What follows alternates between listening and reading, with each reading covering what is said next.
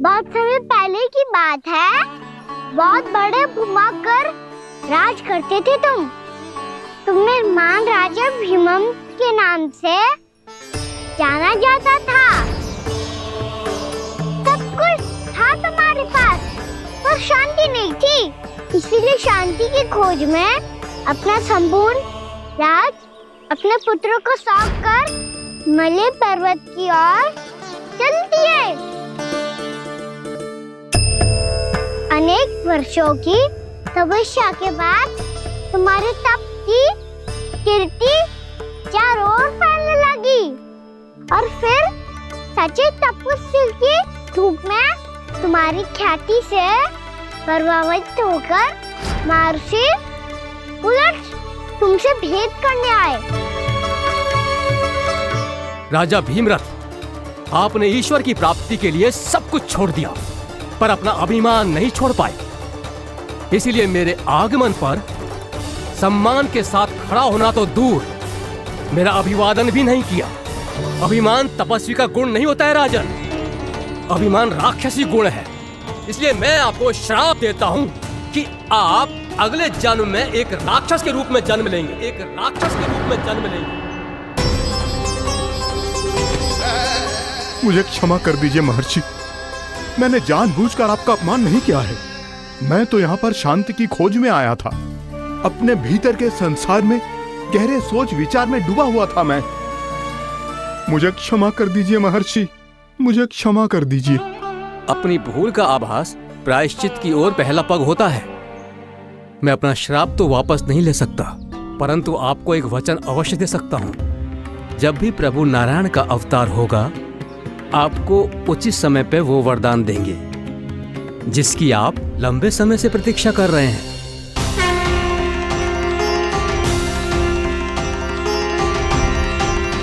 प्रभु, आपने मेरी आंखें खोल दी।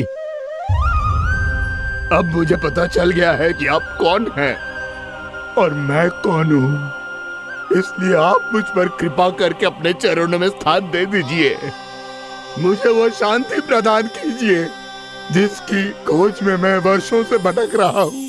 शांति तो मोक्ष में ही है, इसीलिए मैं तुम्हें मोक्ष का वरदान देता हूँ।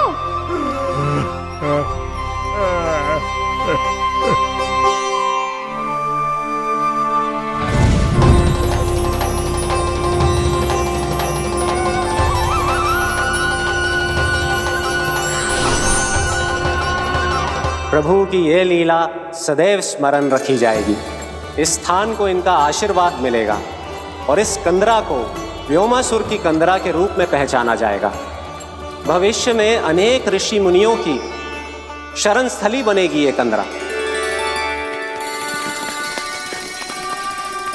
दीदी, ये कोई साधारण बालक ना है। ऐसा चमत्कार कोई साधारण बालक थोड़ी ना कर सकते हो। तुम सत्य कह रहे थे बलराम, गाना सच्चे में भगवान ही है।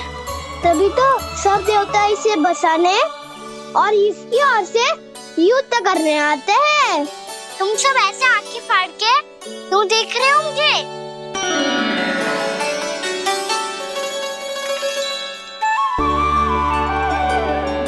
बलराम, तुम बलवान हो और कान्हा भगवान है। दूर दूर तक कोई दिखाई न दे रहा है।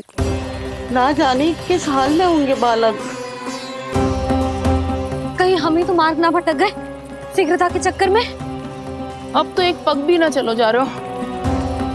जल, किसी के पास जल है क्या? कंठ तो मेरा भी सूख रहा है मौसी। भाभी, निकट ही जमुना जी है, कहूँ तो वहाँ से जल ले आओ।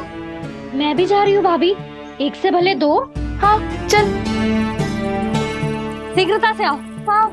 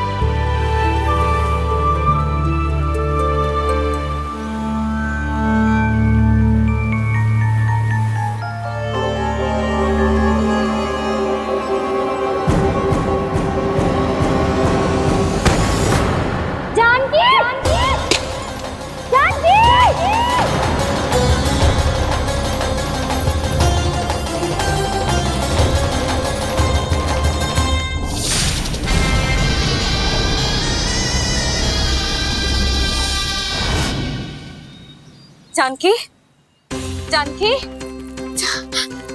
क्या होगा इसे? देखो ना जी, अब छलिया की सूचना मिलते ही हम सब बालकों को ढूंढने चली गई और ढूंढते ढूंढते सबको बहुत प्यास लगी आई जी। तो जानकी जमुना जी की नदी से जल लेने गई और उसने जमुना जी का पानी पिया और उसकी जेदशा हो गई। बालक कहाँ है? वो ठीक तो है ना? ऊपर से सब ठीक है, पर भीतर से बहुत भयभीत है सब। जानकी तो बिल्कुल नीली पड़ गया है, लग तो है विष फैल गया है इसको पूरे तन में। मथुरा के सौ से विदेश जी को बुलाए गए हैं उसके उपचार के लिए। जैसे ही इसने जल को मुंह से लगाया, ये गिर पड़ी। चटपटाने का अवसर भी ना मिलो। हाँ वैद्य जी, और निकटी मृत पशु भी पड़े हुए थे। हाँ, मैंने भी अस्थियां देखी थी। इसका तो यही अर्थ हो सकता है कि समस्या वहाँ के जल में ही हो। वैद्य जी, आप रोगी की नाड़ी पे ध्यान दो ना। जे गोपिया क्या कह रही है उसे सुनने की आवश्यकता ना है। जब तक विष के कारण का पता नहीं चल जाता, हम उपचार कैसे कर सकते हैं रानी जी? जी, वो निकट ही यमुना जी में एक विशेष क्षेत्र है, जे सब उसी के जल की बात कर रहे हैं। तब तो ऐसा भी हो सकता है कि किसी विषैले सर्प के काटने का प्रभाव हो। पर सर्प के काटने का चिन्ह ना है उसके तन पे। सर्प जब काटता है तब उसके दांत के चिन्ह बन जाते हैं। मुझे पता है, बड़े बड़े सर्प को काटते हुए देखो है मैंने। एक दिन अब बस कर उज्जवल, ये बड़ी बड़ी हाँकने का समय ना है। पर यदि सर्प ने ना काटा है, फिर जानकी की ये दशा किसने की? अवश्य किसी राक्षस ने की होगी। ना, कोई विषैला पशु भी तो हो सकता है। यह अवश्य किसी महाविषैले सर्प के विष से हुआ है। सर्प ने भले ना काटा हो, लेकिन ये अवश्य ही किसी महाविषैले सर्प के विष के कारण हुआ है। कालिया नाग। कालिया नाग?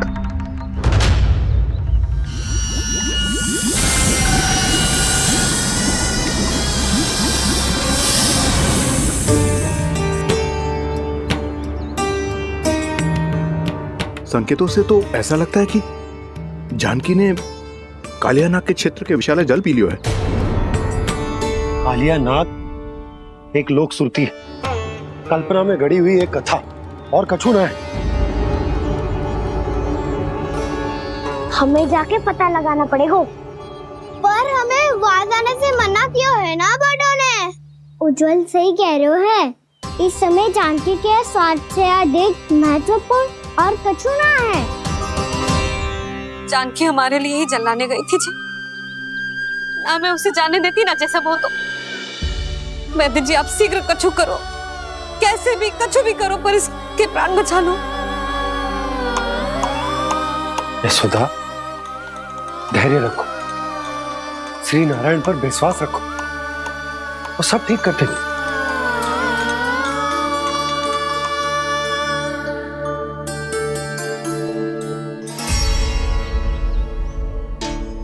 विष की काट की मेरे पास जितनी जड़ी बूटी थी, मैंने सब अर्क बना के पिला दी, पर इसकी दशा में अभी तक कोई सुधार नहीं दिख रहा है। यह अंतिम जड़ी बूटी है, अगर इससे भी चमत्कार नहीं हुआ तो फिर जो नारायण की इच्छा।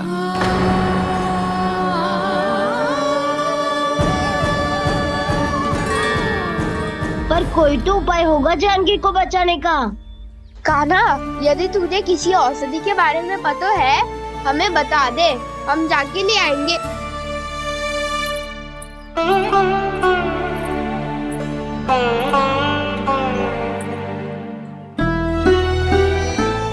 हे नारायण, हे प्रभु, मेरी जानकी के प्राण बचा ले प्रभु। या तो मैं अपने आप को कभी क्षमा न कर पाऊंगी। ये सारी मेरे ही कारण बनाई थी। उसकी रक्षा करो प्रभु, मेरी पुकार सुनो। कान्हा, तूने हमें बकासुर से बचाया था ना? और बकासुर से भी तो, और छलिया से भी तो तूने ही बचाया था ना हमें। क्या ऐसा कोई उपाय ना है जानकी को बचाने का? धनवंतरी,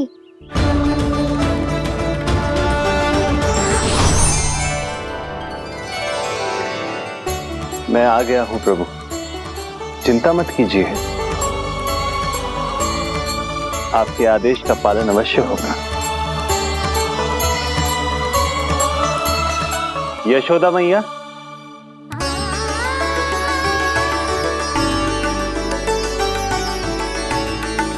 मैया आपको कोई पुकार रहा है।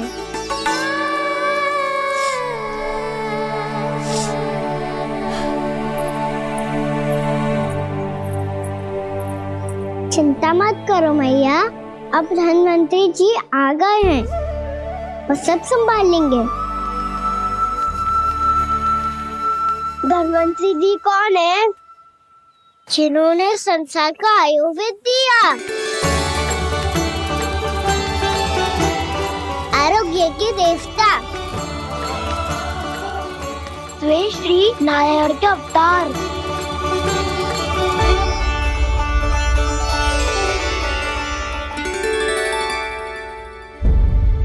मुझे पता चला है कि आपको वेद की आवश्यकता है। हाँ हाँ, भीतर आइए। आइए आइए बैठे जी। जी रहे। मथुरा का सर्वश्रेष्ठ वैद्य अर्थात मैं यहाँ आ चुका हूँ और रोगी को जितनी औषधि की आवश्यकता थी सब दे चुका हूँ।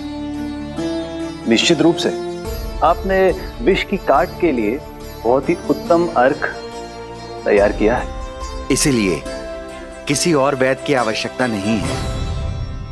किंतु आप अकेले कितना कुछ करेंगे वैद्यराज, मुझे अपना सहायक ही बना लीजिए। पर जो करना था मैं पहले ही कर चुका हूँ। हाँ, वो तो आप कर चुके हैं, बस रोगी के तन से विष निकालना शेष है ना वैद्यराज? हाँ हाँ, बस वही शेष है। इनके रक्त को विष रहित करने में मैं आपकी सहायता करूंगा। पहले ये संजीवनी मानी जाने वाली इन लाल फूलों की बूटी को भी घिसना है ना?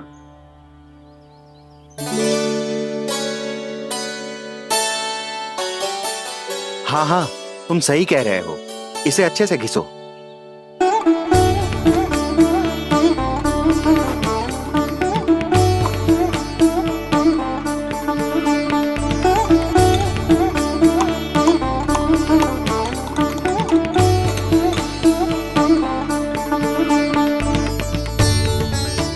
और ये नीले फूलों को भी तो मिलाना है ना?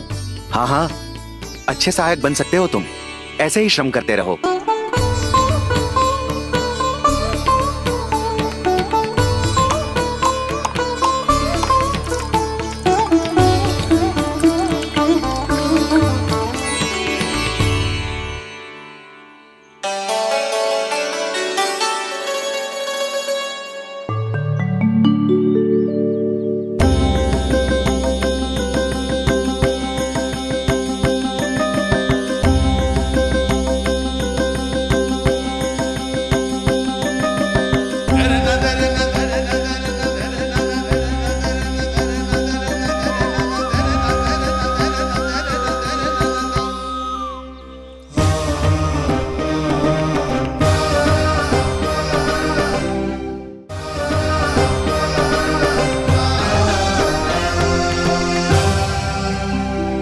जानकी स्वस्थ हो जाएगी ना धनवंतरी जी?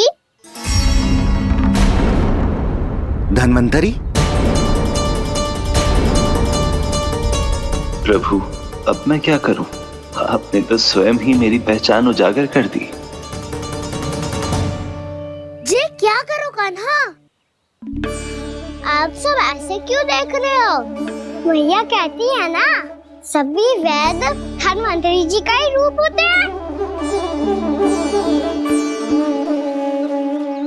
वाह कृष्णा, चतुर तो हो तुम। वैसे वास्तविक धन्वंतरी मैं हूँ, मेरा अर्थ है वास्तविक वैद्य मैं हूँ। ये तो मेरा सहायक है, मुझे पूरा विश्वास है बिल्कुल ठीक हो जाएगी। वैसे ही थोड़े ना मुझे मथुरा का सर्वश्रेष्ठ वैद्य कहते हैं लोग।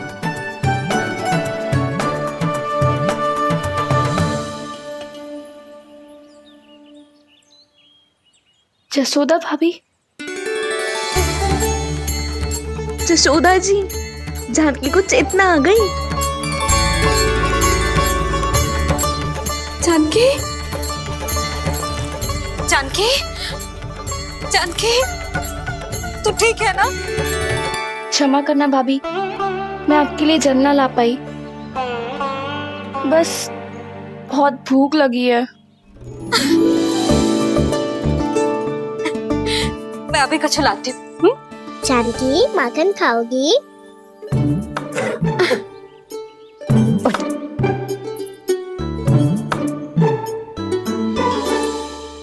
आजा, तू ही खिला दे लल्ला।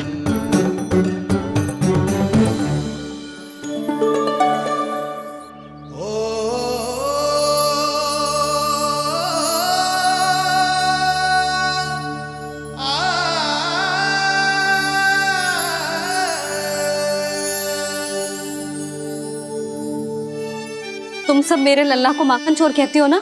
आज देखो, अपना ही माखन जानकी को खिला रहे है।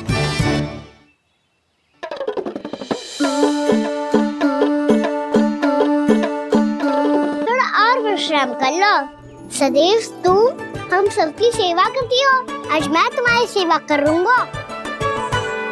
जानकी की जिज्ञासा तब हुई जब जय यशोदा काकी की सेवा कर रही थी, और अब देखो स्वयं भगवान ही इसकी सेवा कर रहे हैं। जानते हो इससे क्या सिद्ध होता है? जो भी यशोदा मैया की पूजा करेगा, अर्थात अपने माता पिता की सेवा करेगा, उनके साथ सम्मान से व्यवहार करेगा, ईश्वर स्वयं उसका ध्यान रखेंगे। कभी धन्वंतरी के रूप में तो कभी स्वयं कान्हा के रूप में। भक्त और भगवान का देखो कैसा ये अनुराग, स्वयं करे सेवा प्रभु, अद्भुत गोपी का भाग्य। प्रभु इन सब पृथ्वीवासियों से कितना घुल मिल गए हैं। ना तो ये प्रभु को भगवान मानते हैं और ना ही प्रभु अपने आप को इनसे सर्वश्रेष्ठ समझते हैं। अपने आचरण से ये सिद्ध कर रहे हैं कि ये सभी में हैं और सभी इनका ही अंश है।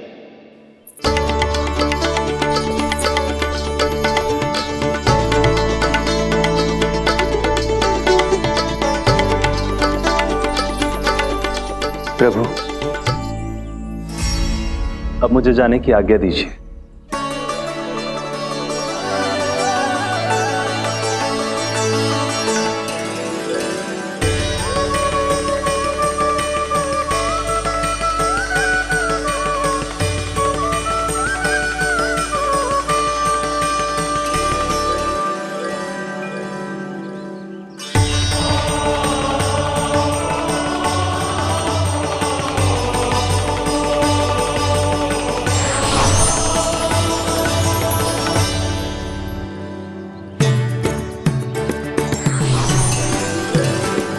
कान्हा ने तो सच्ची में धन्वंतरी जी को बुला लिया था।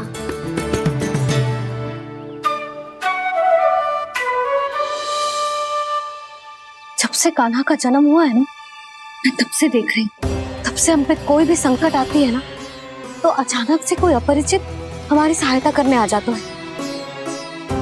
और जाते समय कान्हा की आज्ञा लेके जाते है, और कभी कभी तो इसे प्रभु बोल के जाते है। बाबा संभालो।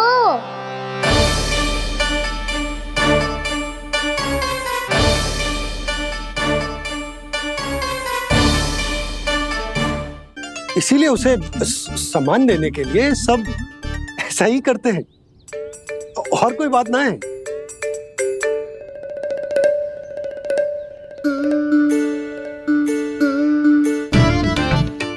अब जे मेरे लल्ला को ऐसे क्यों घूर रहे हैं? बुरी दृष्टि लगाएंगे क्या? वैद्यराज जी, आपके सहायक तो गए,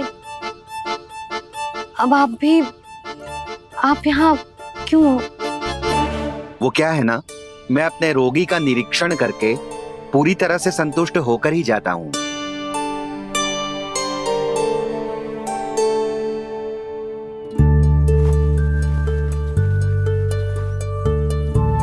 हाँ, संकेत तो अच्छे हैं, कल सुबह तक बिल्कुल ठीक हो जाएगी। धन्यवाद वैद्य जी।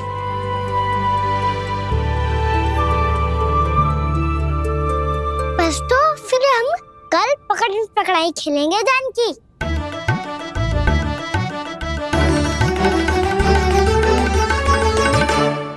भानु, बंसी, जाकर उस क्षेत्र के चारों ओर बाड़ बनवा दो और वहां सूचना पट्ट भी लगा देना, ताकि जानकी के साथ जो हुआ है वो किसी और के साथ ना हो। शीघ्र जाओ। जी ठीक है।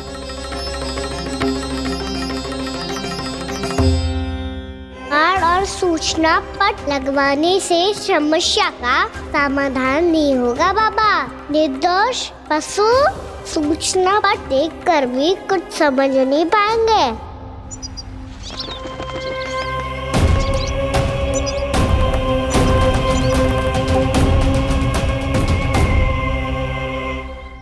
तो तुम्हारे कहने का अर्थ यह है कि व्योमासुर मारा जा चुका है और वो बालक अब भी जीवित है। हाँ महाराज, मैंने गोप बालकों को कहते सुना था कि कृष्ण ने छलिया को मोक्ष दे दिया है, पर वृंदावन सुरक्षित नहीं है महाराज। वो एक बहुत बड़ी समस्या से जूझ रहे हैं। कैसी समस्या? गांव के निकट क्षेत्र में किसी विषैले सर्प का निवास है। उसके विष का प्रभाव इतना भयानक है महाराज, जैसे विष ना हो, स्वयं हलाहल हो। मेरी कोई भी औषधि रोगी का उपचार नहीं कर पा रही थी। निकट के क्षेत्र में कहां है वो सर्प? गोप मानते हैं कि वो सर्प गांव के निकट यमुना नदी के जल में रहता है। मुझे तो लगता है महाराज, ये कालिया नाग की कथा कोई किंवदंती या लोक श्रुति नहीं, एक सच्चाई है, एक विषैली सच्चाई।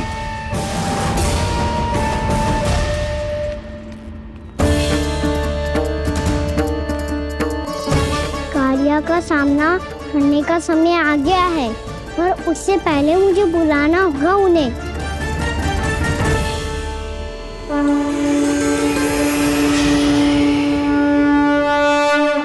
संसार के दारुण भय का नाश करने वाले, सभी कष्टों का हरण करने वाले, विश्व का समस्त ऐश्वर्य प्रदान करने वाले, कमल जैसे लोचन, मुख और चरणों वाले आजानुभुज श्री राम को मैं बार बार नमस्कार करता हूँ। आपदामपहर्तारं दातारं सर्व संपदाम लोकाभिरामं श्री रामम भूयो भूयो नमाम्यहम्। कागभूसोंडी कागभूसोंडी कागभूसोंडी। प्रभु क्षमा करें, मुझे जाना होगा।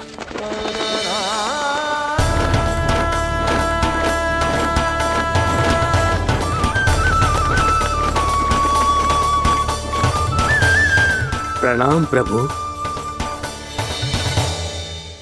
अनेक बार मैं आपके दर्शनों के लिए आया प्रभु। कभी नंद भवन के झरोखों से आपके दर्शन करके चला जाता था, तो कभी दूर किसी वृक्ष की आड़ से आपको निहार लिया करता था। आज आपने स्वयं मुझे बुलाकर धन्य कर दिया प्रभु।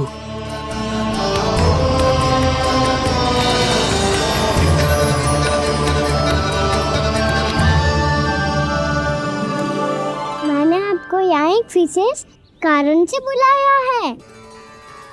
आपके श्राप से इस कालिया नाग को मुक्त करने का समय आ गया है। ये तो बहुत ही उत्तम समाचार है प्रभु। इतने वर्ष बीत गए, मुझे आज भी स्मरण है वो दिन जब मैंने उन्हें श्राप दिया था। अपने क्रोध पर नियंत्रण खोकर बहुत बड़ी भूल कर दी थी मैंने प्रभु। बीती हुई घटनाओं पर दुखी होके कोई लाभ नहीं है। हमें भविष्य की ओर देखना होगा।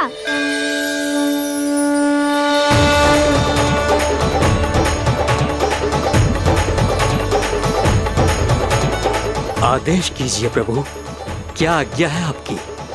जब मैं कालिया नाग का सामना करने जाऊं तो आप यहीं रहेगा। आपको अपने आप पता चल जाएगा कि कब क्या करना है। और हाँ, लौटते जाते समय नारद मुनि से कहिएगा वो आकर मुझसे भेंट करे। अवश्य प्रभु, प्रणाम। क्या इसने सच्ची में देवर्षि नारद को बुलाया है? नारायण नारायण, आपको संदेश भेजने की आवश्यकता नहीं थी। आप स्मरण करते और मैं चला आता। तुम्हारा कल्याण हो नारद।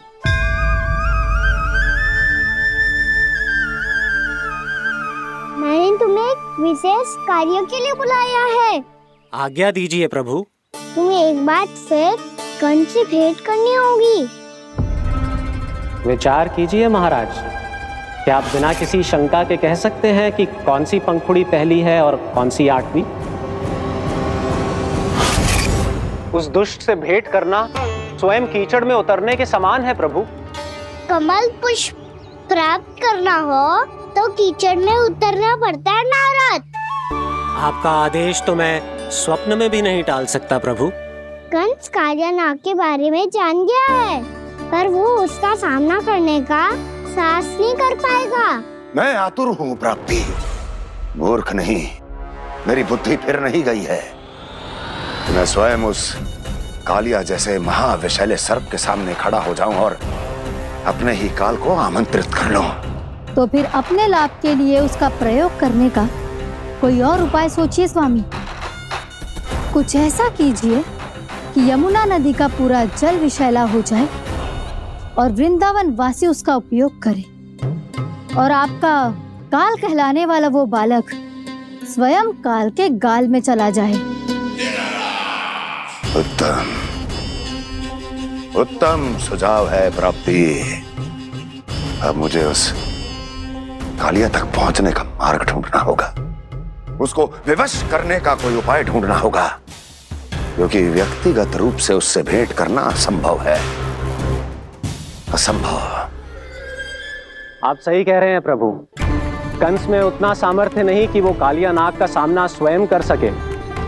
वैसे तो कालिया गरुड़ देव का भी सम्मान नहीं करता, तो फिर वो कंस का सम्मान क्यों करेगा भला?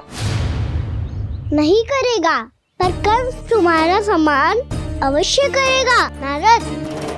तुम्हारी बातें भी सुनेगा और मानेगा भी। ये मेरी योजना का बहुत ही महत्वपूर्ण भाग है। तुम कंस के पास जाओ और कहो कि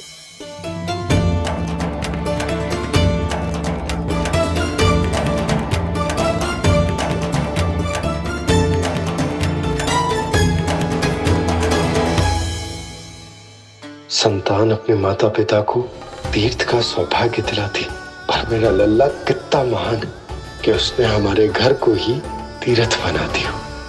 ऐसा तीर्थ जहां मेरी आंखों के सामने भक्त और भगवान का मिलन हो रहा है। जो आज्ञा प्रभु।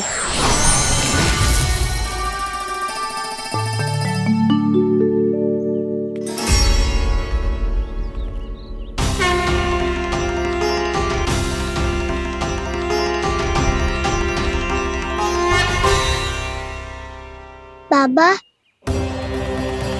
कान्हा, ये सब क्या चल रहा है? पहले काक भुसुंडी जी और फिर जे नारद जी। क्या योजना बना रहे हो तुम? कान्हा, बताना लल्ला, क्या सोच रहे तू? कान्हा देख, अगर तुझे अपने बाबा को ना बताना हो ना, अपने भक्त को बता दे। क्या सोच रहे हो लल्ला? क्या करने वाले हो आप?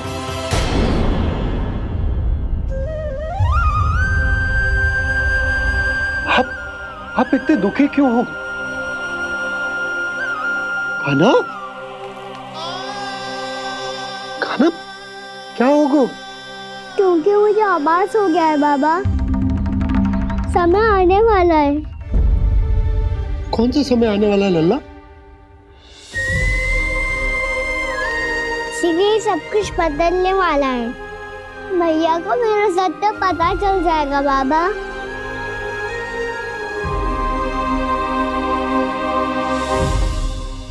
पर लल्ला, इसका काग भुसुंडी और कालिया नाग से क्या संबंध है?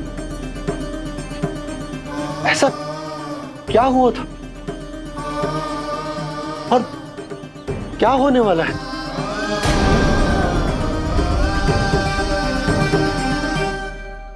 जो होने वाला है बाबा, उसका संबंध उससे है जो सैकड़ों वर्ष पहले हुआ था। महर्षि भृगु के एक वंशज थे वेद शिरा मुनि, जो विंध्याचल की पहाड़ियों में साधना कर रहे थे। तभी वहाँ अश्वशिरा नाम के एक दूसरे मुनि आमंत्रण के बिना ही आ गए। कितना सुंदर और शांतिपूर्ण आश्रम है। यहाँ प्रभु की साधना करने में बहुत आनंद आएगा। शीघ्र ही अश्वशिरा मुनि उपस्थिति के कारण होने वाले व्यवधान से बाध्य होकर वेद शिरा मुनि ने अपनी आंखें खोली। कौन हो तुम और यहाँ क्या कर रहे हो? आपके आश्रम में बहुत शांति है मुनिवर। साधना करने के लिए बहुत ही उत्तम स्थान है ये। मैं चाहता हूँ कि मैं भी यहाँ। आप यहाँ साधना करना चाहते हैं, लेकिन इतना भी नहीं जानते कि किसी के आश्रम में प्रवेश करने से पहले उसकी आज्ञा लेनी चाहिए। आप ये भी नहीं जानते कि यदि कोई यज्ञ कर रहा हो तो बिना अनुमति के वहाँ प्रवेश करने से उसकी यज्ञ साधना भंग हो सकती है। आप क्या साधना करेंगे मुनि? आप तो साधना के योग्य ही नहीं हैं। इतना अपमान! एक मुनि के मुख से इतने कड़वे शब्द शोभा नहीं देते। मैं तुम्हें श्राप देता हूँ, जितनी विषैली तुम्हारी जिह्वा है उतने ही विषैले सर्प बन जाओ तुम। और ऐसा सर्प जो सांस भी ले तो निकट का वातावरण दूषित हो जाए। तुम्हारे इस दुस्साहस के लिए मैं तुम्हें श्राप देता हूँ कि तुम अभी इसी क्षण कौवा बन जाओ, और ऐसा कौवा जो कांव कांव करके अनर्गल प्रलाप करता रहे।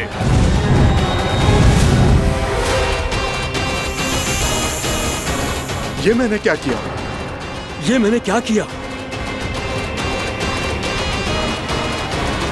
क्रोध के कारण दोनों ने एक दूसरे को श्राप दे दिया। पर दोनों ही मेरे भक्त थे, और भगवान होकर मैं अपने भक्तों को इतनी कठिनाई में कैसे देख सकता था। इसीलिए जिस संकट में उन दोनों ने अपने आप को फंसा लिया था, उसका समाधान करने में मैं उनके पास गया। देखिए ना प्रभु, ये क्या हो गया हमसे? हमारी रक्षा कीजिए प्रभु, मार्ग दिखाइए हमें। क्रोध पर नियंत्रण ना होने के कारण आप दोनों ने एक दूसरे को बहुत ही भीषण संकट में डाल दिया है। आप दोनों ही तपस्वी, तप के बल से दिए गए आपके श्राप को लौटाना भी संभव नहीं है। प्रभु कोई तो उपाय होगा, हम आपके शरण में हैं प्रभु। अपराध तो हमसे हुआ है प्रभु, पर अब आपसे ही आशा है। कुछ ऐसा कीजिए भक्त वत्सल, जिससे हम दोनों के श्राप का प्रभाव कुछ कम हो जाए। आप दोनों ही मेरे भक्त हैं, इसलिए आपकी पीड़ा का निवारण करने का एक उपाय है मेरे पास। वेद शिरा मुनि, जब आप कालिया नाग बनेंगे तो आपको मेरे चरणों को अपने शीश पर धारण करने का सौभाग्य मिलेगा। और अश्व शिरा मुनि, आप काग योनि होने के बाद भी आप श्रेष्ठतम ज्ञान और सर्वाधिक यौगिक सिद्धियों के स्वामी होंगे और प्रवचन दिया करेंगे। इसके बाद अश्वशिरा मुनि काक भुसुंडी बन गए, जिन्होंने आगे चलकर सेम गरुड़ देव को रामायण सुनाई। और मुनि वेदशिरा महर्षि कश्यप और देवी कैत्रियों के पुत्र कालिया नाग बनकर जल में। और अब वही कालिया नाग जमुना जी में, जिनके कारण जानकी के प्राण लगभग चले ही गए थे। अब कालिया नाग को उचित स्थान पर भेजने का समय आ गया है बाबा। पर ये तो अच्छी बात है कान्हा, वेद शिरा मुनि को दिया हुआ तुम्हारा वचन भी पूरा हो जाएगा। जमुना जी की शुद्धि भी हो जाएगी। इस सब के बाद भी तुम दुखी क्यों हो? क्योंकि इसके बाद मैया के सामने मेरा रहस्य खुल जाएगा बाबा। उन्हें पता चल जाएगा कि उनका बालक कोई साधारण बालक ना है। भविष्य में जो होने वाला है उसे सबके सामने घटने से रोकना मेरे लिए भी संभव ना होगा। मैया को सब पता चल जाएगा। क्या पता चल जाएगा रे मुझे?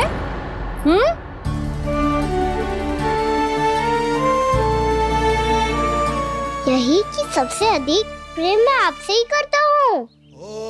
अब बस भी कर। चलो, भोजन के लिए बुलाने आई थी तुम दोनों को। भूखा थोड़े ना रहने दूंगी अपने लल्ला को। मेरा लल्ला दुर्बल हो जाएगा ना। आप खिलाओगे तो ही खाऊंगा। हाँ ठीक है, मैं ही खिलाऊंगी। अब चल, आओ जी, चल।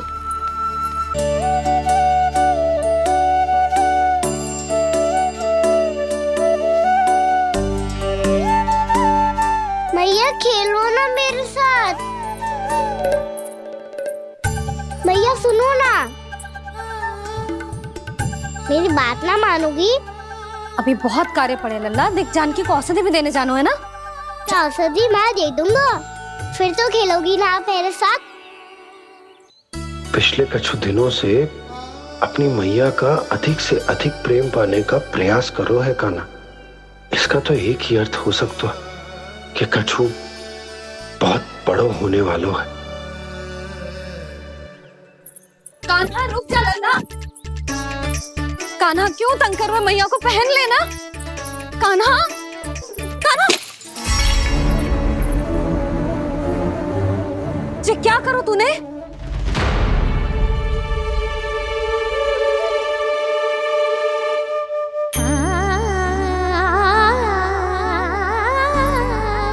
अच्छा ठीक है, अब मुंह लटकाने की आवश्यकता ना है। ये ले।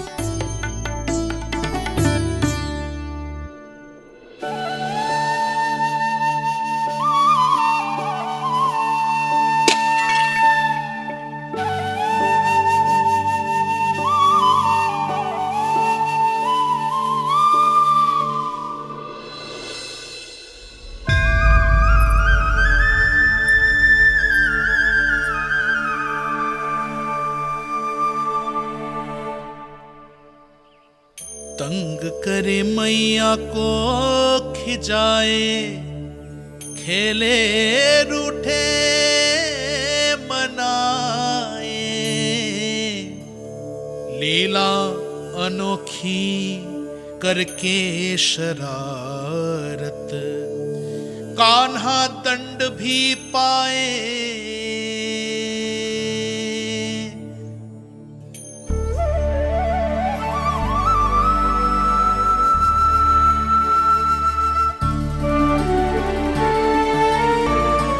रूठना मनाना, खेलना खिलाना, पहले शरारत करके क्रोध दिलाना और फिर क्षमा मांग लेना, ये सब जानबूझकर कर रहे है कान्हा। जैसे जीवन भर के लिए अपनी मैया की ममता को अपने हृदय में समेट कर रखना चाहते हो। कैसे कैसे करूं उस कालिया से मित्रता, कैसे करूं उसका उपयोग?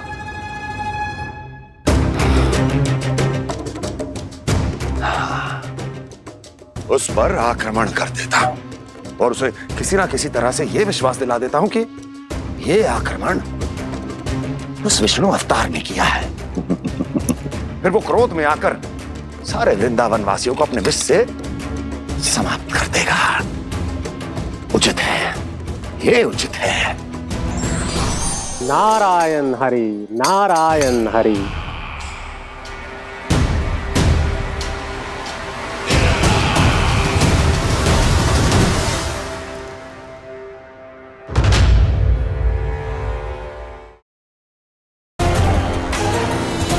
वाह, मुझे मेरी असफलताएं स्मरण कराने आए हैं, मेरे घाव को खुरेदने आए हैं, उन पे नमक छिड़कने आए हैं।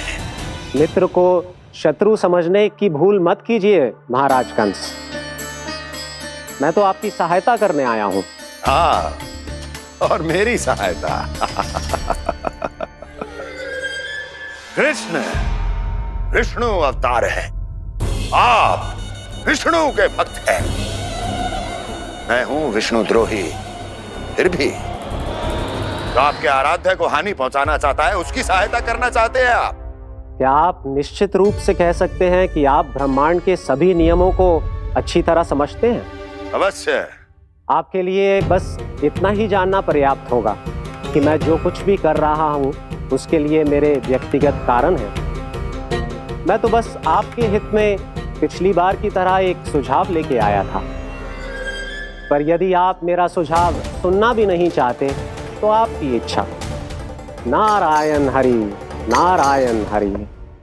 कारण चाहे जो हो, इनके पिछले सुझाव के कारण ही आज मेरे शत्रुओं की संख्या कम है।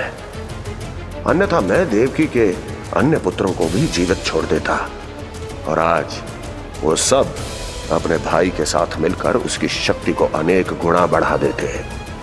ठहरिए देव ऋषि।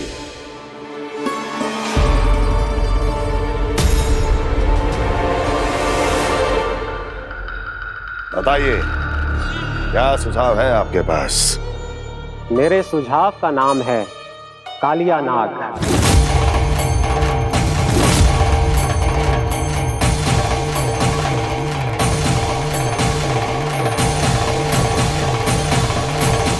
उसके विषय में मैं जानता हूं देवर्षि। तो समस्या यह है कि मैं स्वयं उससे मिलने नहीं जा सकता, उससे भेंट नहीं कर सकता। उस कृष्ण की हत्या के लिए उसको वृंदावन जाने के लिए तैयार नहीं कर सकता। तो मत जाइए उसके सामने, और ना उसे भेजिए कृष्ण के सामने। हर बार आप किसी न किसी असुर को अपने शत्रु के क्षेत्र में भेजते हैं, जहां शत्रु उसका सामना करने के लिए पूरी तरह से तैयार होता है और आपका असुर मारा जाता है। इस बार शत्रु को युद्ध स्थल चुनने का अवसर मत दीजिए महाराज।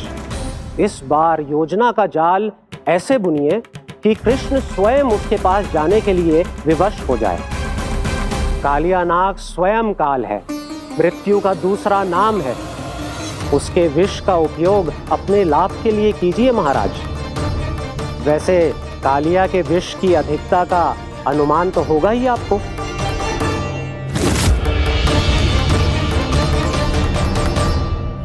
एक बार जो उसके क्षेत्र में पहुंच गया, फिर उसके विष से बचना असंभव है। उचित सुझाव है देवर्षि, उचित सुझाव है। देवर्षि, उस छलिया विष्णु की भक्ति करते करते आप भी उसके रंग ढंग सीख गए हैं। उचित है, उचित है।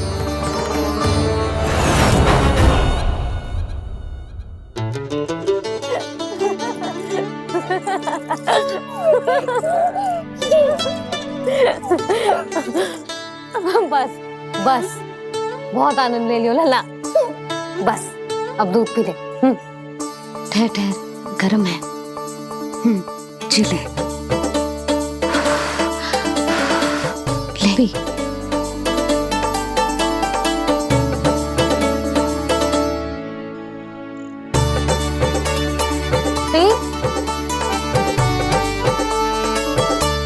मैं ना होती तो ना जाने क्या होता तेरा। अपने आप दूध भी ना पी सकते है, भावला कहीं का। आपकी इस प्रेम के लिए तो मैं धरती पे आया हूँ मैया। मैं भी यही सोच रहा हूँ यशोदा, कि तुम ना होती तो मेरा क्या होता।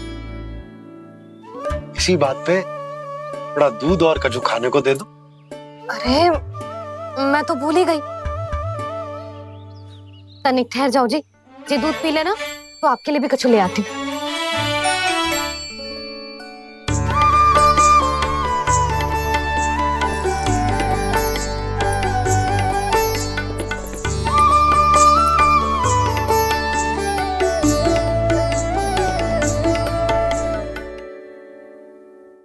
प्रणाम महाराज।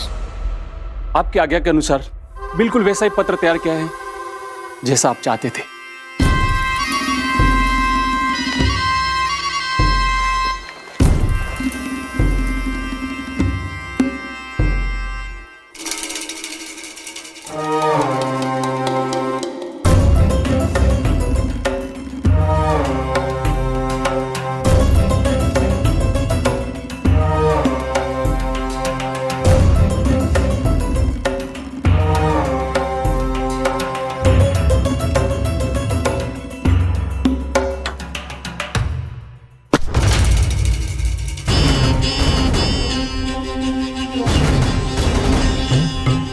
जन्म से लेकर आज तक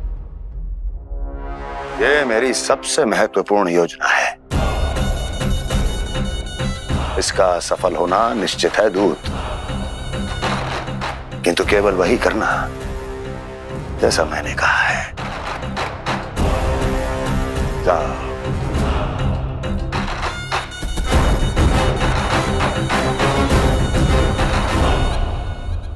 कान्हा,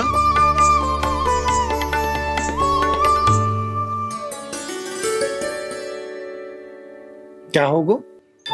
बाबा, मैं चाहता हूँ कि मैया की स्वमता क्रिस्टल फ्रेम की वर्षा मुझ पे सरते ऐसे होते रहे। वो तो होती रहेगी लल्ला। अपने लल्ला के लिए किसी मैया का प्रेम कभी कम हो सकता है भला? नंदराज, वो मथुरा से एक दूत आयो है महाराज कंस का राजपत्र लेके।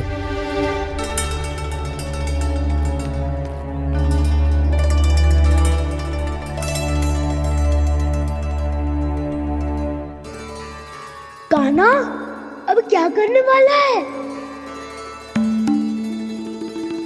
तेरे बाबा कहाँ गए? हाँ? कंस मामा का खेल आरंभ हो गया है, पर मैया वो सब सुनेगी तो व्यर्थ चिंतित हो जाएगी। बस थोड़ा बाहर गया मैया, कछु खा लिए से। बाहर इस समय? मैया, क्या होगा? मैया देखो ना, पीठ पे कछु हो रहा है। मेरा हाथ ना पहुंचो, आप करो ना। यहाँ? क्षमा करना मैया, पर अभी बाबा को ही संभालने दो ये सब। कहिए, क्या संदेश लाए हैं आप? नहीं नंदराज, नहीं। महाराज कंस का आदेश है कि ये संदेश सभी गांव वालों के साथ ही पढ़ा जाए। ठीक है, मैं गांव वालों के सामने पढ़ दूंगा, पर मुझे तो दीजिए पढ़ने के लिए। महाराज की आज्ञा का पालन करना आपके लिए भी आवश्यक है नंदराज। सभी गांव वासियों की सभा बुलाइए। बंसी, सभी गांव वालों की सभा बुलाओ।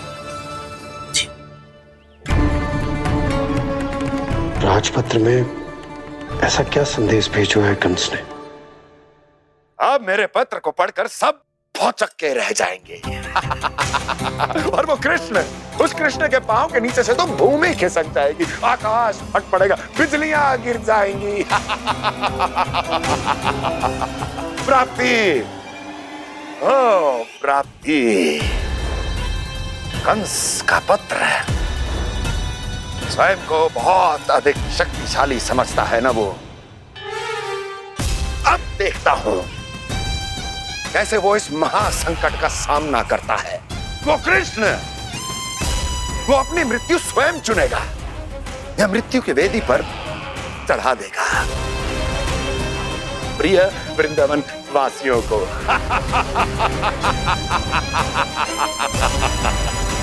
अब आएगा आनंद प्राप्ति, अब आएगा आनंद। सबको इकट्ठा करवा के ही पढ़वाएगो। अवश्य ही कोई विशेष संदेश दिया होगा कंस ने। मैं भी यही सोच रही हूँ सुलक्षणा जी, कछु ना कछु तो विशेष है, और जे हो क्या सकता है? हाँ, बात तो सही है। ऐसा क्या हो सकता है? सभी गांव वासियों के सामने कहा जाए, कछु तो विशेष अवश्य लग रही है। बाहर तक कोलाहल क्यों हो रहा है? मैया, मैया, अब क्या होगा? मैया देखो ना, सर पे कछु हो रहा है। लल्ला, नारायण ने तुझे हाथ दिए हैं ना? पीठ की बात अन्य थी। अपने सिर की सेवा स्वयं कर। सर पे तो हाथ पहुंच रहा है ना?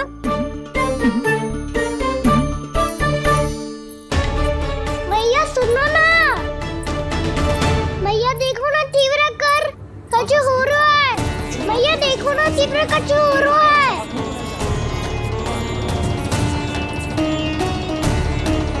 सब लोग आ चुके हैं, अपना संदेश सुनाइए आप।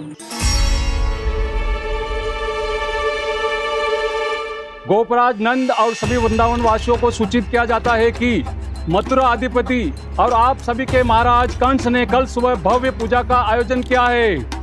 इसके लिए राज्य को वृंदावन के क्षेत्र के निकट यमुना नदी के मध्य में खिलने वाले 1 कोटि कमल के पुष्पों की आवश्यकता है।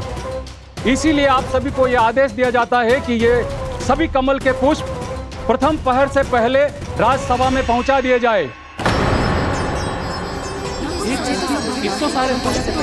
भी प्रथम पहर से पहले कैसे हो सकता है?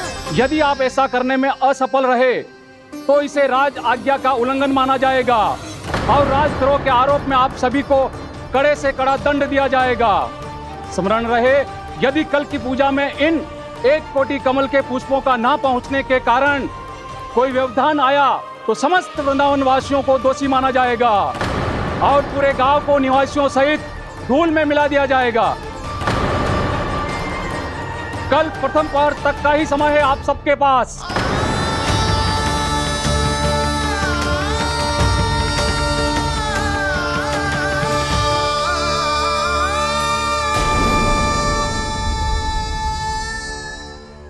कमल पुष्प, वो भी कल प्रथम प्रहर में?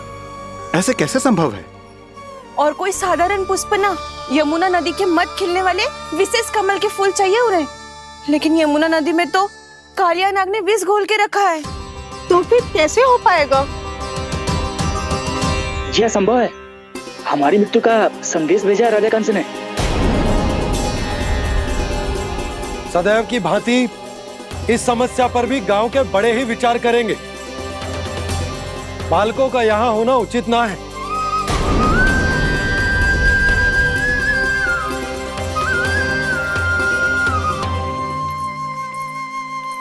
लल्ला, ले जे गेंद ले, जा अपने सखाओं के साथ खेल। सुबह उज्जवल, मधुमंगल वसंता, देखो भैया ने क्या दिया है। चलो खेले, बहुत आनंद आएगा आज।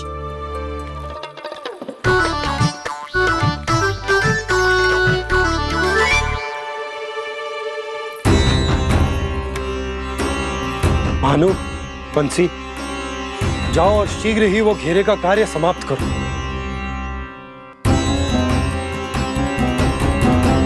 पर कछु ना कछु तो करना पड़ेगा ना। पर हम कर ही क्या सकते हैं? पुष्प लाने को और कोई उपाय है भी तो ना। मैं चला जाऊंगा जमुना जी में। वैसे भी मेरे जीवन के कितने दिन शेष बचे हैं। गांव के लिए, समाज के लिए कुछ करके मरूं, तभी तो शांति मिलेगी। ना काका, यदि आप उस विषैले जल में छलांग लगा भी दोगे, किंतु 1 कोटि कमल पुष्प एकत्रित कर पाना आपके लिए संभव ना है। इससे अच्छा है कि मैं चला जाऊं। यदि मैं मर भी गया तो मेरे पीछे रोने वाला कोई ना है। किसी को कहीं जाने की आवश्यकता ना है। गोप नरेश होने के नाते ये मेरा कर्तव्य है कि मैं आप सबकी रक्षा करूं। नंदराज, आपको जाना है तो जाओ।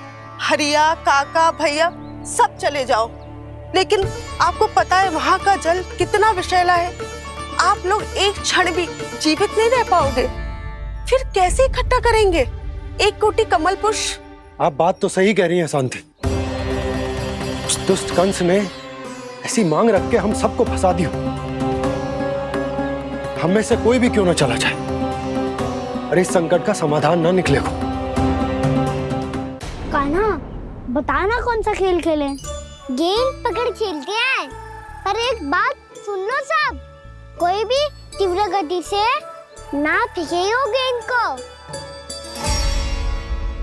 भैया ने फ्रेम बनाई है मेरे लिए। सब तैयार हो?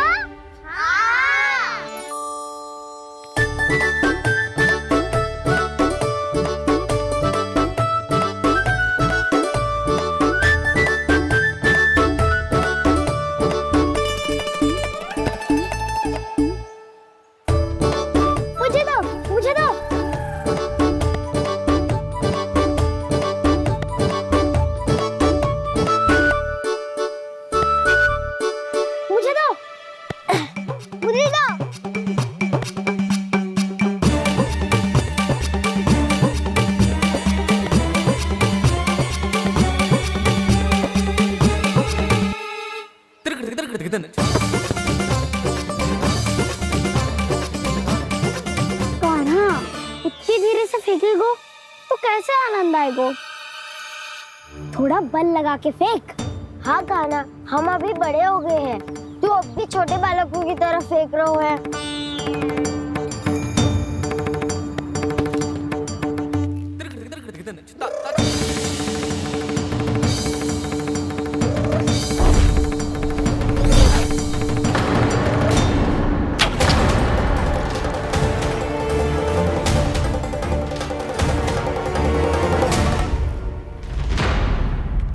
दीदी जी क्या करो कान्हा, गेंद तो डूब गई।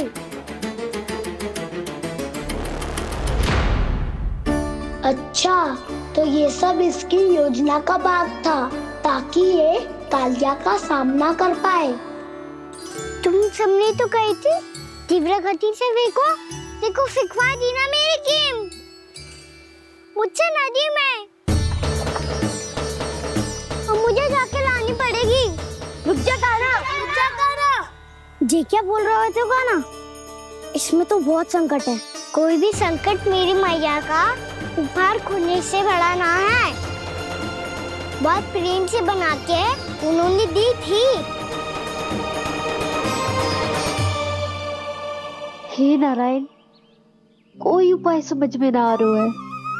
मैया, हम कैसे करेंगे हम अपने गांव की रक्षा? कीड़े पड़ेंगे उस दुष्ट को।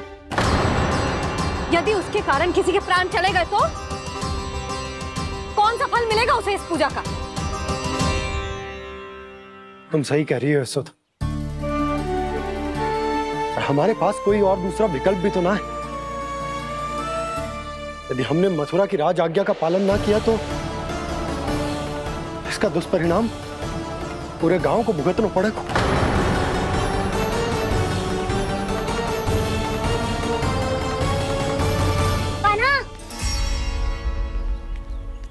तुम्हें पता है कि तू भगवान है, दिव्य है, बहुत शक्ति है तुझमें,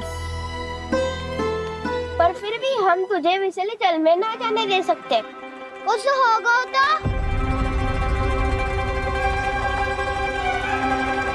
तुम सब इतनी हट कर रहे हो तो ठीक है, ना जाऊंगा।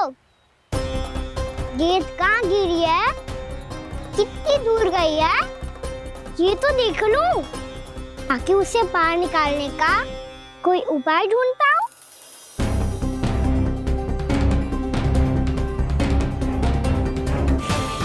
हाँ।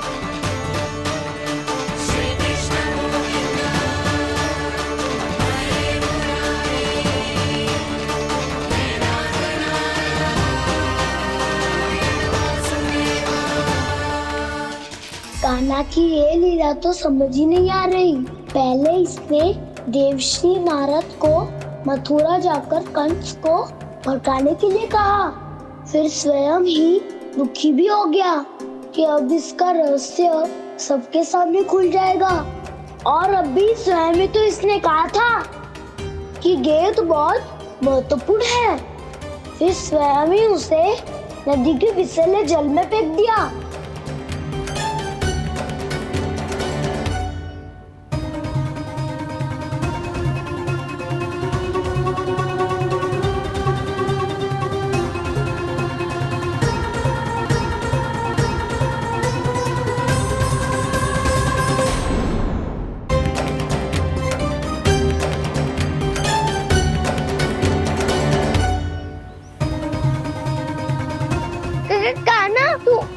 ऊपर क्यों चढ़ रहा है? अरे ऊंचाई से देखूंगा तभी तो गेंद दिखेगी।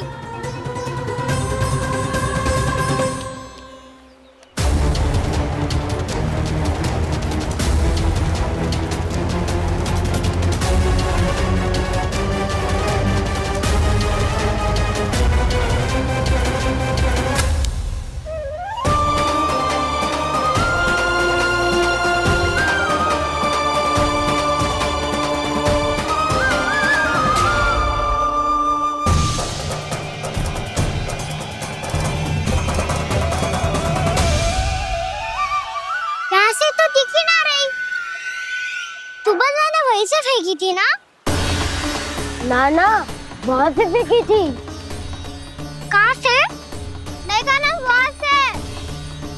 समझ ना आ रहा, ठीक ठीक बताना कहाँ से फेंकी थी?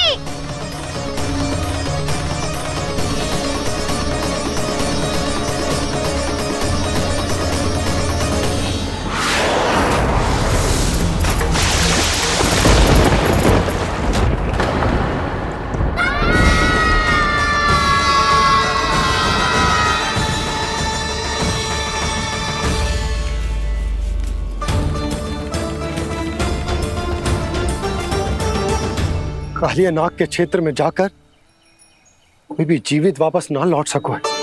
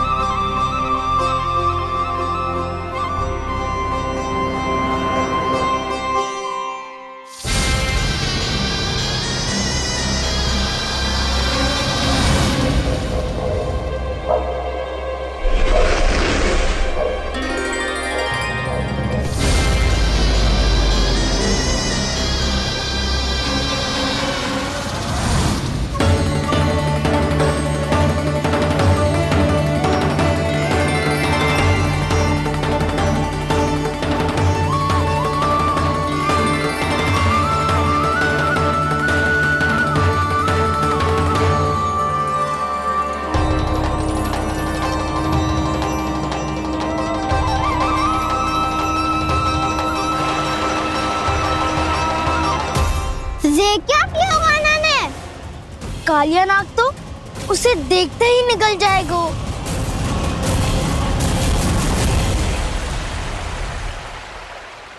तो आरंभ से अब तक सब कुछ उसकी लीला का ही भाग था।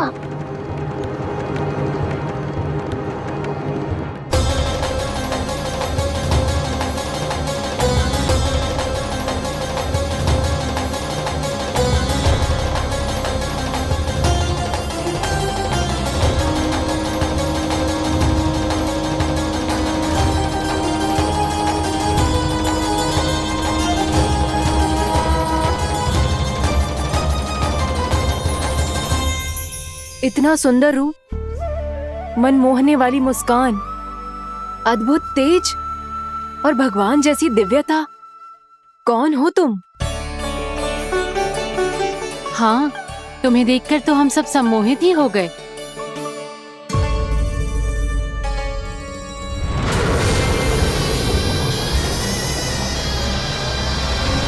तुम जो भी हो बालक, वापस लौट जाओ। हमारा हृदय तुम्हें ही देखते रहना चाहता है, किंतु यदि हमारे पति जाग गए तो तुम्हें अवश्य हानि पहुंचाएंगे। ये बहुत विषैले है बालक, कालकोट जैसे भयानक। इनके विष से तुम नहीं बच सकोगे। नंदराज, कालिया नाग के विष का प्रभाव बढ़ते ही जा रहा है। पहले 8 कोस तक उसके विष का प्रभाव था, अब तो 1 योजन से अधिक क्षेत्र में फैलो है।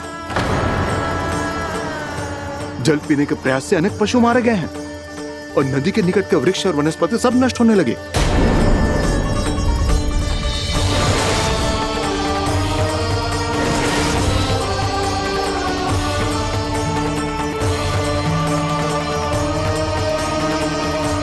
इनके विष की तीव्रता इतनी अधिक है बालक कि इनके संपर्क में आने वाले को तड़पने का भी अवसर नहीं मिलता। इनके विष की अग्नि क्षण भर से भी कम समय में प्राणवायु को जलाकर राख कर देती है।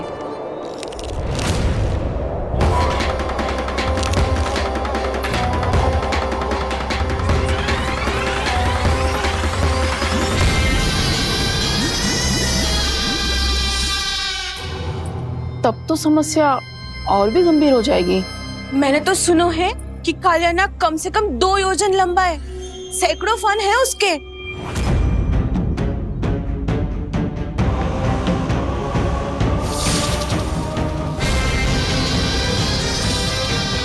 इसका अर्थ तो ये है कि हम दोनों ओर से फंस गए। एक और कंस को 1 कोटि कमल पुष्प देने जो कि कालिया नाग के क्षेत्र में पड़ते हैं, और दूसरी ओर उस कालिया नाग का विष यमुना जी के क्षेत्र में बढ़ता ही जा रहा।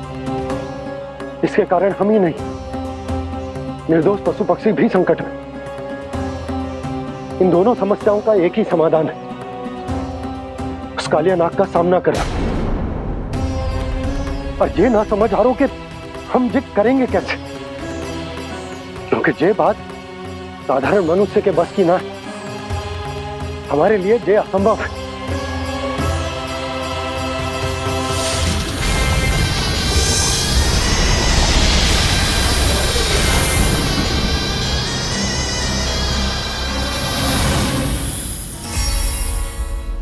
अब तो तुमने अपनी आंखों से भी देख लिया बालक, ये कितने विषैले हैं। नींद में भी विष उगलते हैं। इससे पहले कि तुम्हें कुछ हो जाए, चले जाओ यहाँ से, मान लो हमारी बात। आप सब मुझे जानती भी नहीं और फिर भी मेरी इतनी चिंता कर रही हैं आप। माँ की ममता भेदभाव नहीं जानती। तुम भी किसी के पुत्र हो और हम सब भी माँ हैं। एक माँ को हर बालक में अपनी ही संतान दिखाई देती है। इसलिए हम तुमसे विनती करते हैं, वापस चले जाओ, बचा लो अपने प्राण। मेरी चिंता मत कीजिए, मुझे कुछ नहीं होगा। होगा, अनर्थ होगा यदि ये उठ गए तो।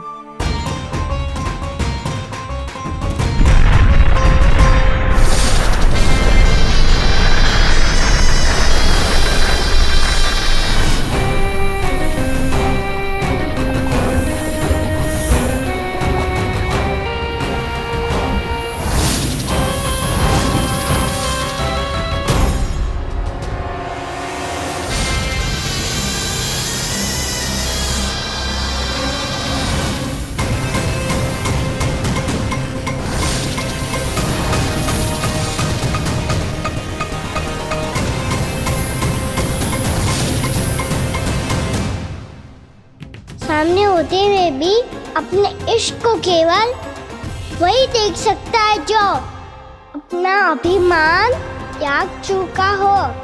पर पूर्व जन्म में मेरा भक्त होने के नाते मेरा सत्य स्वरूप देख पाने में मुझे इसकी सहायता करनी चाहिए।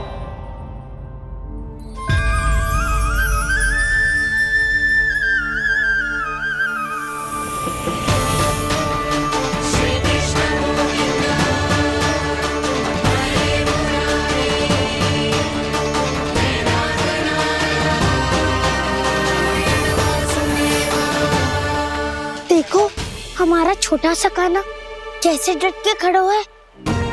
इतने विशालकाय, इतने महाभयंकर सबके सामने।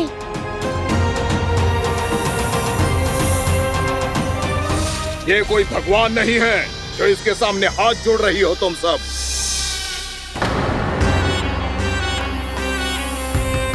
एक सामान्य साधारण बालक है ये, जो ये तक नहीं जानता कि इसके सामने है इसका काल, कालिया। तू कौन है बालक? मेरे इतने निकट आकर भी तू जीवित कैसे है? मेरी नहीं, अपनी चिंता करो कालिया। बहुत मनमानी कर ली तुमने। अब बस मैं तुम्हें रोकना हूँ। अब बस मैं तुम्हें रोकना हूँ। मैं तुम्हें रोकना हूँ। बित्ते भर का है तू, मेरे विष के बारे में जानता ही क्या है? और कहता है मुझे रोकने आया है। किससे? किससे रोकना चाहता है तू मुझे? मुझे क्रोध दिलाने की भूल मत कर बालक। अपनी फुंकार से ही तेरी इस मुस्कुराहट को अंतिम मुस्कुराहट बना सकता हूं मैं। शीघ्र बता, कौन है तू और किसने भेजा है तुझे? तुम्हें आवाज भी है कि अपनी पुकारों से तुम कितना विष भूल चुके हो। पवित्र यमुना नदी को कितना दूषित कर दिया तुमने। और यही नहीं, तुम्हारे कारण निकट के जीव जंतुओं, वृक्ष, वनस्पतियों सबको हानि पहुंच रही है। तो क्या? मुझे उससे क्या? मुझे है। आपत्ति है मुझे तुम्हारे इस व्यवहार से, और इसीलिए तुम्हें यहाँ से जाना होगा।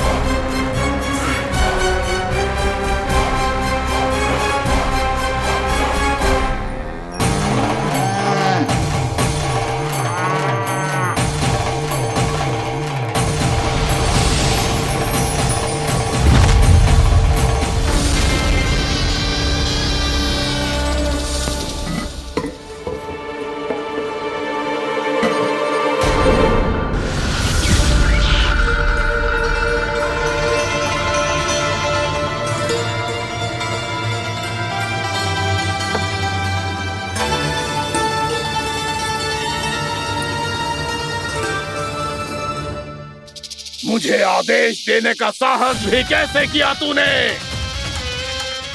इस क्षेत्र को मैंने अपना राज्य बनाया है, मेरा परिवार रहता है यहाँ,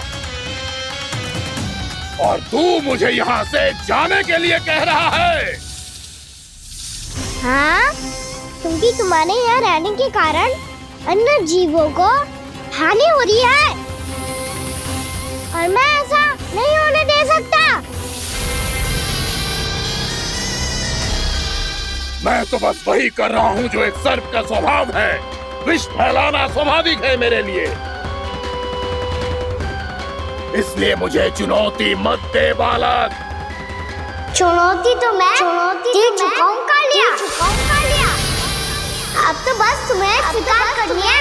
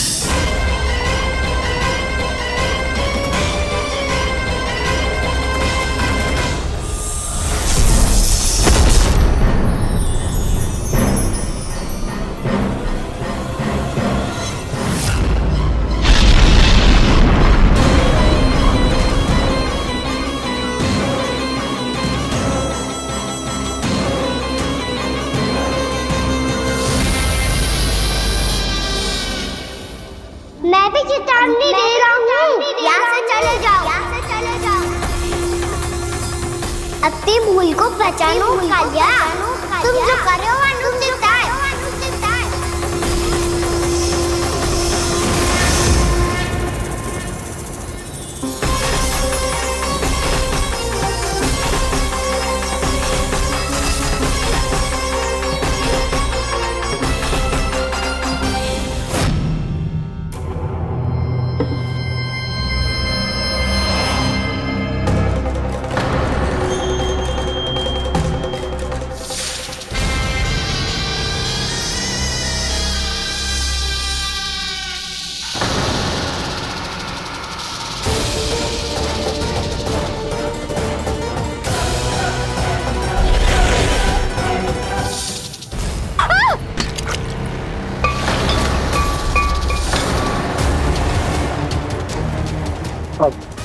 मैं आता हूँ। क्या हो गया सुधा? मुझे आवाज हो रहा है जी, कछु ना कछु गड़बड़ है। यशोदा, जो समस्या हमारे सामने है, हम सभी उसका समाधान खोजने में जुटे। तुम विश्वास करो, मैं कोई ना कोई समाधान अवश्य ढूंढ लूंगा। हम कैसे भी करके वो कमल के पुष्प उस कंस तक पहुंचा देंगे। नाना, समस्या उससे कहीं अधिक है, उससे कहीं अधिक बड़ी, उससे कहीं अधिक भयानक है।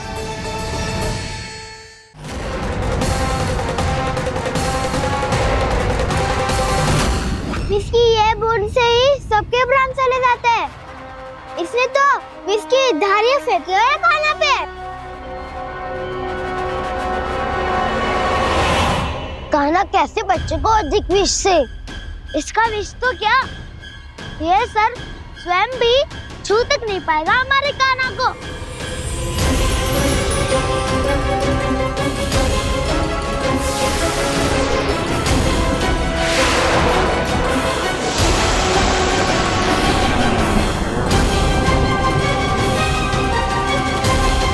तुम्हारे सखा को, मेरे भाई को कोई हानि नहीं पहुंचा पाएगा। ये कान्हा का सत्य चाहे जो हो बलराम, पर अभी तो जो एक बालक ही है ना।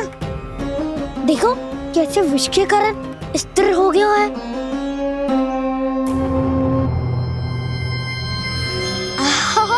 हाउ सर्फ ने कितनी आसानी से अपनी पूंछ से बांध लिया है। मुझे यहाँ से भगाना चाहता था ना तू? अब मैं तुझे दिखाऊंगा अपना सामर्थ्य। ये मूर्ख किसे बांधना चाहता है अपनी पूंछ में? उन्हें जिनका विस्तार सारे ब्रह्मांड में है, या उन्हें जो स्वयं अनंत है? पर देवराज, प्रभु ऐसा करने ही क्यों दे रहे हैं कालिया को? आप सब भूल रहे हैं देवगण। कालिया पूर्व जन्म में प्रभु का बहुत बड़ा भक्त था। उसी भक्ति का फल मिल रहा है अब इसे। वैसे भी भक्तों के मन का भाव सबल हो तो भगवान तो सहज ही बंध जाते हैं।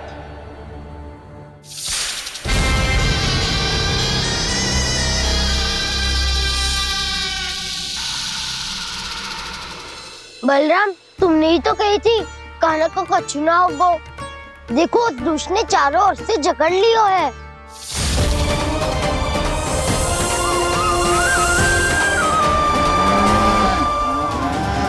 ये क्या कह रही हो तुम? जसोदा जी, क्या हुआ? घबरा क्यों रही हो आप? सुलक्षणा, मुझे आभास हो रहा है कुछ बहुत बड़ी अनहोनी हो गई है। नंदराज, नंदराज, नंदराज!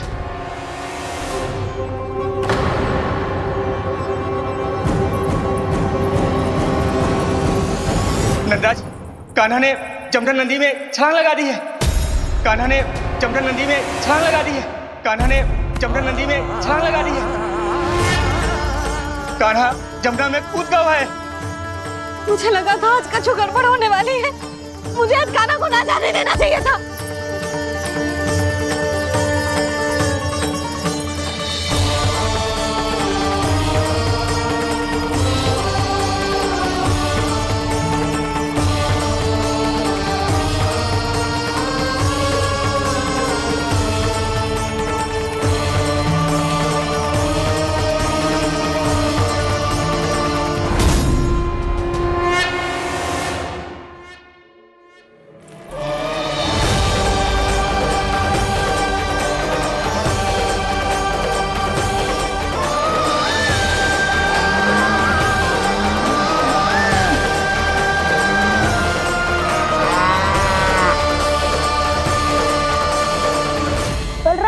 कछु करो ना।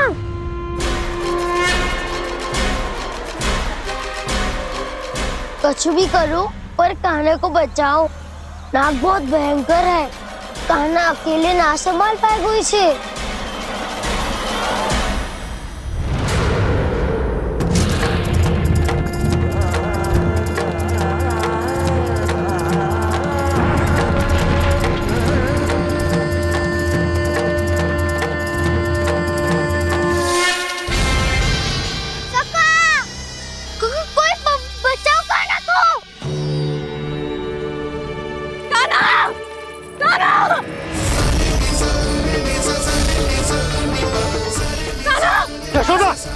यशोदा रुको। छोड़ दो मुझे, छोड़ दो मुझे। जीजी संभालो, बावली हो गई ना।